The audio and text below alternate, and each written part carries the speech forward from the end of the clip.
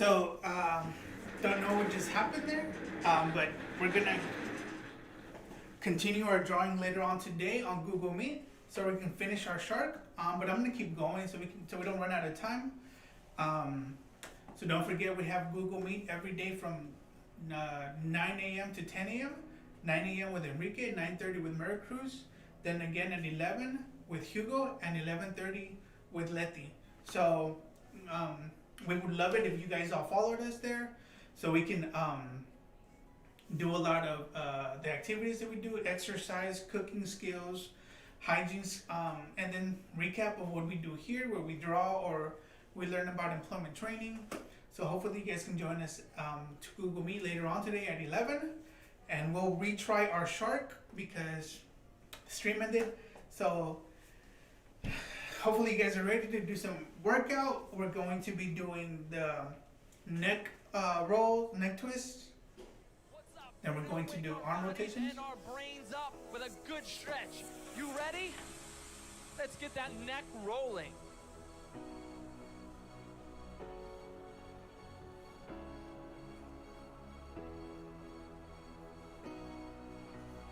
And reverse. Other side. Reverse again. The other way. And once more. Now back to the left. All right, let's get some arm circles. Arm circles to the front. Come on.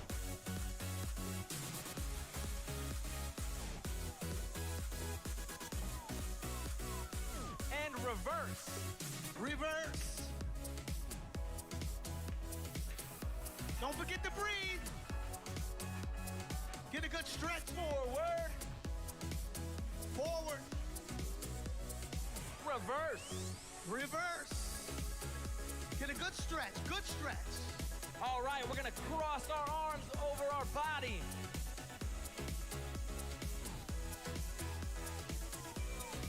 Feel the stretch in your back.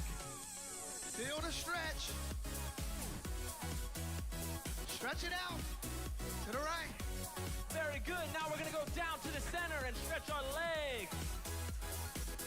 Over to the side. To the side. The other side. To the other side. Back to the center. Stretch it out. To the side. To the side. Come on. The other side. To the other side. And a few more times. Stretch it out.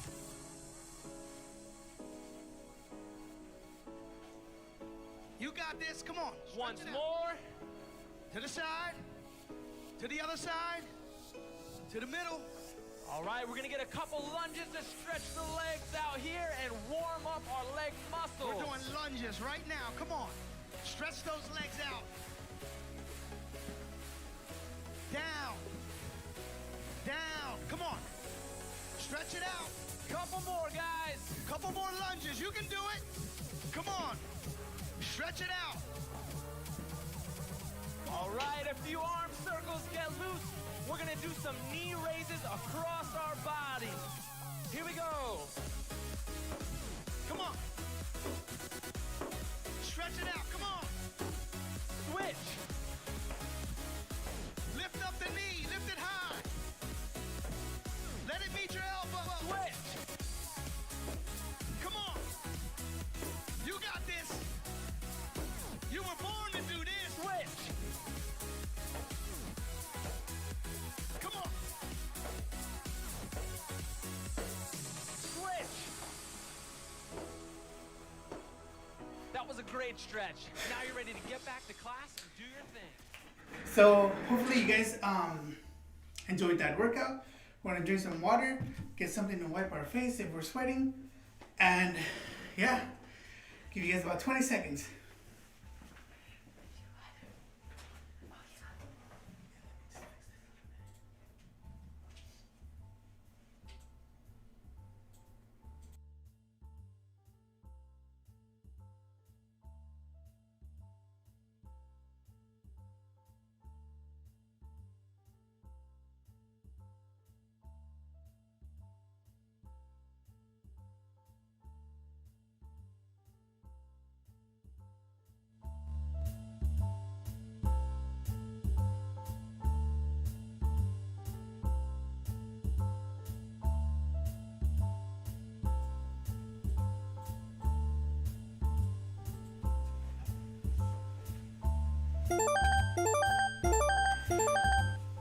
So To we're prevent gonna learn communicable about, washing our diseases, hands we should first. always maintain good personal and environmental hygiene. Ah, you are right.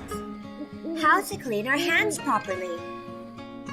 Hand washing is part of everyone's daily routines. Let's learn the 7 steps of hand washing. First, wet hands under running water. Then keep hands away from the running water. Apply liquid soap and rub hands together to make a soapy lather. Then rub it in accordance with the 7 steps of hand washing. The first step, palm. The second step, back of hands. The third step, finger webs. The fourth step, back of fingers. The fifth step, thumbs. The sixth step, fingertips. The seventh step, wrists.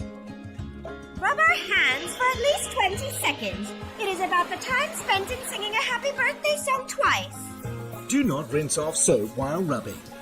After rubbing, rinse hands thoroughly under running water. Then dry hands thoroughly with either a clean cotton towel, a paper towel, or a hand dryer. Do not touch the water tap directly again with your clean hand. Let me use a paper towel to wrap the faucet before turning it off. Bravo! When hands are not visibly soiled, you can also use 70 to 80% alcohol-based hand rub to clean your hands. Apply adequate amount of alcohol-based hand rub onto your palm and then rub your hands according to the 7 steps for at least 20 seconds until the hands are dry. How to wear a surgical mask properly.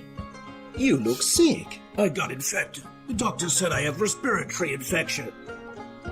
Then wear a mask to protect yourself and others. Catch it! Thank you. How to wear? First, choose the appropriate mask size. Children should choose the child size. Wash your hands properly before wearing a mask. When you put on a mask, the metallic strip should be uppermost. The colored side of the mask faces outwards. Position the elastic bands around both ears. Mask should fit snugly over the face, extended to cover fully the mouth, nose, and chin. Mold the metallic strip over nose bridge. In fact, most surgical masks adopt a 3-layer design which includes an outer fluid-repelling layer, a middle layer serving as a barrier to germs, and an inner moisture-absorbing layer. Do not wear the mask inside out. Avoid touching the mask afterwards. Otherwise, wash your hands before and after touching the mask. Then let's take a look at how to properly take off the mask. Before taking off the mask, wash your hands first. Hold both the ear loops and take off the mask gently. Avoid touching the outside of mask. Then, discard it in a lidded rubbish bin. Remember to wash your hands immediately. Well, this video is showing us how to wash your hands. I know we have put different type of videos and repeated videos of washing hands, but it's very, very important right now because of this virus. So make sure you wash your hands before you eat, when you go to the restroom, after you use the restroom, or when you're touching a lot of stuff. Make sure you wash your hands. Also remember, if you're using a mask that is made out of cloth, make sure you wash it often. Okay? Yeah, so the proper way of taking off our face mask is to do it from one corner. And if you're not going to use your face mask again, it's like disposable. So make sure to throw it away in the trash and then wash your hands out. So our next video is going to be, since yesterday we talked about hard skills and soft skills, we're going to go a little bit more into soft skills right now.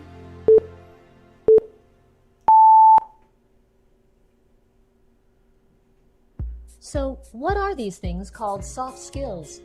Soft skills is a catch-all term referring to various behaviors that help people work and socialize well with others. In short, they are the good manners and personality traits needed to get along with others and build positive relationships. Unlike hard skills, which include a person's technical skill set and ability to perform certain functional tasks, soft skills are broadly applicable across job titles and industries. It's often said that hard skills will get you an interview, but you need soft skills to get and keep the job. Having the technical skills and knowledge to successfully execute our job duties is only one part of being the best we can be in the workplace. In addition to these hard skills, we also need soft skills.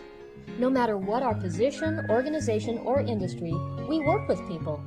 Taking the time to build effective soft skills can lead to a more efficient, more harmonious, and more productive workplace, as well as to our own overall job happiness and satisfaction. Soft skills encompass both innate personality traits, such as optimism, and abilities that can be practiced, such as empathy. Like all skills, soft skills can be learned. Soft skills are personal characteristics that allow us to effectively relate to others. Applying these skills helps us build stronger work relationships, work more productively, and maximize our career prospects. Often, we place the focus of our career development efforts on hard skills, technological skills, sector-specific training, and other skills that specifically relate to our ability to get work-related tasks done. Unfortunately, development of this kind often happens at the expense of our soft skills.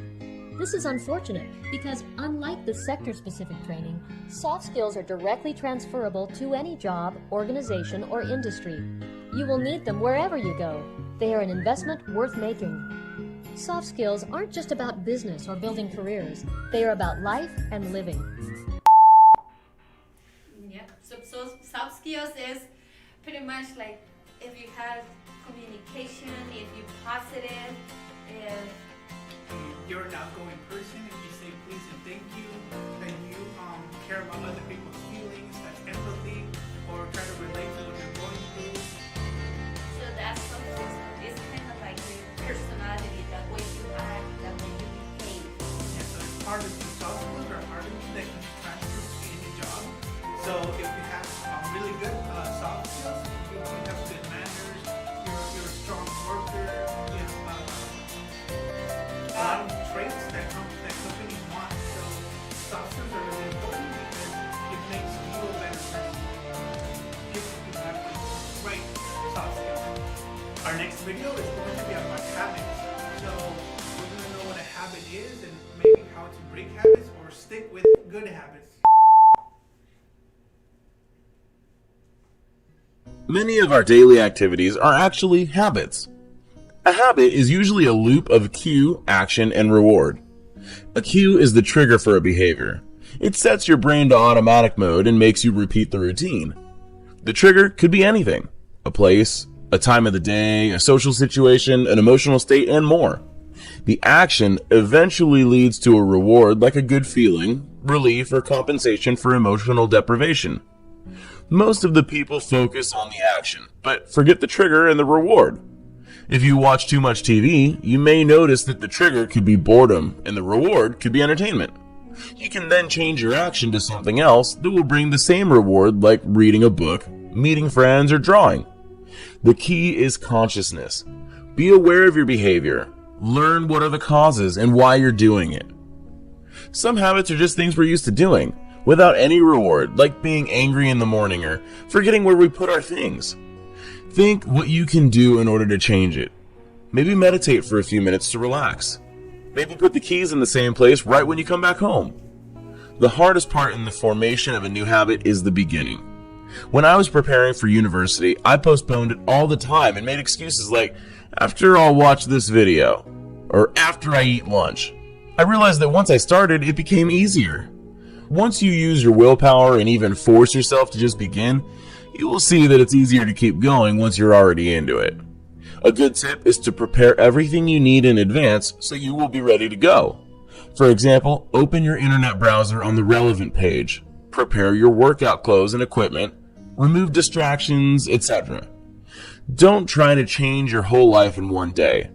If you start too high, it will be difficult and you may give up quickly. Start small, even ridiculously small. This way you will generate a feeling of success, and it will be easier to make progress. Instead of reading a book a week, try to read a page, then a few pages, then a chapter, and so on. Instead of cutting your sleep hours from 9 to 7, for starters, try to reduce it by half an hour. How long does it take to form a new habit? There are many opinions about that. Some researchers claim that it takes minimum 21 days for a habit to catch on. Some say that it takes 66 days, and others say that it takes somewhere between 2 to 8 months. The main thing is to focus on doing. It gets easier with time, and you'll get used to it in the long run. Imagine you go to the gym for the first time. It will be hard to lift heavy weight at the beginning. It's the same with self-discipline. It's like a muscle. You need to train it so it will get stronger. You can try and find a partner who has similar goals to your own, and you'll motivate each other. There are also online groups and challenges you can be a part of. If it's possible for you to do the action first thing in the morning, do it. It's relieving to get rid of the hardest task, and also you don't want to do it later when you're tired or can't find the time. If you do it every day, even a little bit, it helps the habit to form and stick. Just be consistent, and you will succeed. So that was a video about habits, and what habits are is things you already do, like repetitively. So we're trying to build good habits now. So one of the habits you guys have been doing is waking up early at 9 a.m. or before 9 a.m. so you can jump on Google Meet with Enrique. So that's a good habit, to wake up early to do exercise with Enrique. Yeah, when you have, like for example, if you have a schedule to do and then you're doing it often, you do it every day. Yeah. So we're trying to build good habits. So maybe you start out small by like you eat a lot of something. If you start out small by eating like a vegetable or longer than that's a small habit that we can take into later bigger habits. We're eating more vegetables or more meat. So now we're gonna learn about sharks, since we tried drawing a shark this morning, and we're gonna try drawing it again with Hugo. They glide through the water with unmistakable grace. Remnants of an ancient past, they dive and they rise from the ocean's murky depths to its sun-kissed shallows, rousing fear and awe like no other creature in the sea. The world's biggest living fish is a shark. Of the estimated 34,000 species of fish, the largest are whale sharks. These gentle giants usually grow to about 40 feet long and weigh an estimated 15 tons. Their mouths alone can span 4 feet wide. The gigantic whale shark, however, pales in comparison to the largest fish that ever existed, the megalodon. Dating to over 20 million years ago, it's thought that the prehistoric shark could have reached 80 feet long, weighing up to around 70 tons. Unlike whale sharks, the megalodon was carnivorous and consumed any creature that fit into its nearly 10-foot wide mouth. Throughout their lives, some species of shark can shed over 30,000 teeth. Unlike humans, who are born with a set number of teeth in their jaws, sharks have a seemingly limitless supply. They can grow, lose, and replace their teeth as needed. Furthermore, most sharks have multiple rows of teeth in their jaws. The jaws of a great white shark, the largest predatory fish in the sea, can contain up to 7 rows that hold up to 300 teeth at any one point. Most sharks, as they hunt their prey, end up losing their teeth individually. However, the cookie cutter shark loses and replaces the teeth in its lower jaw all at once. Sharks are built for speed. The fastest known shark, the mako shark, can reach speeds of up to 46 miles per hour. This speed is largely due to their body's hydrodynamic design. Many sharks have torpedo-shaped heads that allow them to cut through the water with little resistance. Plus, shark skin is covered with flat, V-shaped scales called dermal denticles. The denticles help water flow smoothly over the skin, which reduces friction and helps sharks swim quickly and quietly. Sharks also... So that's a lot about sharks that we just learned, and we're gonna try redrawing our shark later today at 11 with Hugo, and yeah, so It's awesome. But also scary. yeah, so stay They tuned. lose teeth and then they grow back. Yeah, so sharks have teeth different from humans, because humans only have 2 sets of teeth. One is your baby teeth. When you're a baby, those come out and you're into your kid. and then you start losing those teeth, and you get your adult teeth, and those don't grow back. So if you lose a tooth as an adult, it doesn't grow back. You gotta buy one, or you know how to. So you'd have to go to the dentist and get that fixed. But yeah, we're going to be trying to redraw our shark later today with Hugo at 11. So hopefully you guys can join us. And yeah, if you need more information, remember to call us at the office. Remember, if you put your name on the comments, we're doing the raffle every Friday. So and we're doing it through Google Meet at 11. So if you want to see who won, go ahead and go to Google Meet at 11. On Fridays. Okay, so take care. Thank you guys. See you tomorrow.